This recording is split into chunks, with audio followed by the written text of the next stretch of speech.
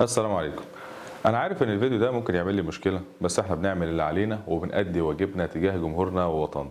وعلشان بس قبل ما أبدأ مش عاوز حد بالله عليكم يقول لي أميتوا الباطل بالسكوت عنه، لأن الباطل دلوقتي خلاص افتكر نفسه إن هو صح وماشي في الطريق، وناس كتير جدا ماشية وراه، السواد الأعظم للأسف من الجمهور ماشي وراه. علشان تعرفوا بس احنا بنخرج اجيال عامله ازاي وبنعلمهم ايه، والطريق اللي احنا ماشيين فيه ده اخرته ايه. احنا حاليا بيتم زرع عادات واعراف خبيثه في عقول ابنائنا وبناتنا، بيتم نزع الفطره الطيبه من جواهم، ويوصل بيهم الحال ان هم يسوقوا لنفسهم ولجسدهم على انهم سلع، ولا في اخلاق بقى ولا قيم. وده اللي احنا بنشوفه في عز الحفلات والقلع والاسفاف. بتلاقي بالتوازي مع الموضوع ده في ناس بتجوع وتتعذب وتتبهدل، وهم ولا هنا ده شايفينهم كمان يستاهلوا. طب احنا ليه خايفين بقى على اللي جاي لاولادنا وبناتنا؟ يا جماعه الوعي المجتمعي بيتغير بشكل عنيف، بس للاسف مفيش حد فاضي، علشان احنا محطوطين جوه خلاط الاحتياجات الاقتصاديه والاساسيه، وما عندناش رفاهيه ان احنا ناخد نفسنا ولو للحظه نقعد نفكر كده مع اولادنا. عاوز اجابه واحده تحترم عقولنا، تحترم عقولنا بجد. احنا ليه بنشوف الحاجات دي وبنسكت عليها؟ تخيل كده مذيعه بتقدم نفسها كأديبة، كتبت كتاب اسمه، للأسف يعني أنا بعتذر جدا على الاسم، هو اسمه ولاد المرأة، والرقابة وافقت عليه والمصنفات، والكتاب للأسف يعني موجود. وبتستضيف بلوجر بعد فيديو فاضح على قناة فضائية محترمة، والمفروض مطلوب مننا كمجتمع إن احنا نسكت ونقول ملناش دعوة. ده بقى تلميع وتقييم المحتوى بتاعهم الحلو اللي هم عايزينه. ليه قناة أو برنامج مهما كان يستضيف واحدة لها فيديو خارج هي بريئة منه ومش هي الغلط، ده حسب الرواية بتاعتها الله أعلم، بس تطلع تكلمنا بقى عن قد ايه حياتها بقت اجمل بعد انتشار الفيديو ده والفضيحه دي، وان عدد اللي عايزين يتجوزوها بقى اكتر بعد انتشار الفيديو ده، وعن كم الناس اللي تعاطفت معاها ووقفت جنبها. النوعيه دي يا جماعه من الكوارث احنا بنستعيذ بالله منها.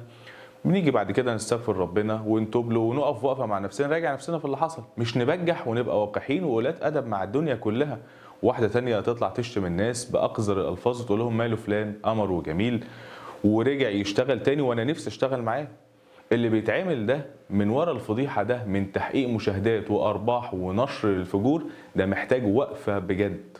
لا جايبين بقى كمان عيل طالع يصالحها على الهوا ويتقدم لها علشان يفهموا الجيل الجديد ان ده الطبيعي وان ده العادي ودي الرجوله والاخلاق. كميه التعليقات يا ابني اللي قالت لك ان انت مش راجل ومش محسوب على الرجاله ما خلتكش تراجع نفسك مره يا ابني؟ هي رموز مصر وناسها المحترمه فين؟ ليه ساكتين على الحاجات اللي زي كده؟ وليه ما حدش بياخد قرارات حاسمه في المواضيع اللي زي كده وطز في اي حاجه بقى بعد كده اللي يحصل يحصل؟ مين هيحاسب على كل ده غير ولادنا؟ مين اللي هيدفع الفاتوره دي؟ احنا مش عارفين نلاقيها منين ولا منين، بسبب ان فيه ناس بتكتسب من ورا نشر القذاره دي على اكبر نطاق. هي شايفه للاسف ان هي مش غلطانه، بس كل اللي بيتعامل من ساعتها غلط في غلط. الناس اللي بتتمنى الستر وانت فرحانه بنجاحك بعد الفيديو المخجل ده، فدلوقتي للاسف يعني بيطبخ على نار هاديه جدا جيل لا يعرف مبادئ ولا يعرف قيم، ودستوره الوحيد هو مصلحته، والقدوه بتاعته هم التيك توكرز، على شويه بلوجرز على شويه انفلونسرز، واكتر حد فيهم مثقف للاسف القدوه بتاعته ابراهيم عيسى، او يكون صانع محتوى ترفيهي او لاعب كره.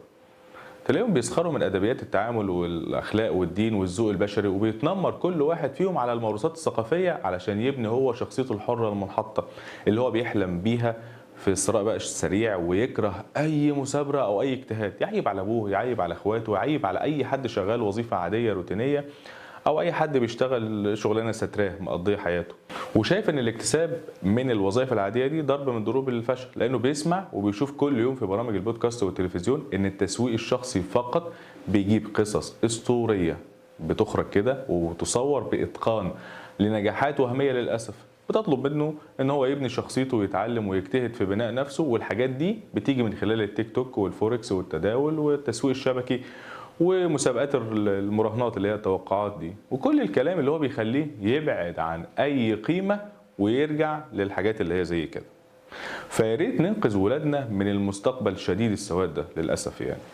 كل اللي عليك ولادك تربيهم وتعلمهم صح، واخد بالك انا بقول لك ايه؟ تربيهم الاول، ولو مش معاك فلوس تعلمهم فكتر خيرك ان انت ربيتهم وكفيت المجتمع الشر بتاعهم وخليتهم اولاد صالحين، ذريه صالحه يعني كده. والله كتر خيرك جدا يعني، اكفينا شر ولادك بس، واحنا مش عايزين منك اكتر من كده. والله انت كده عملت اللي عليك ووفيت وكفيت.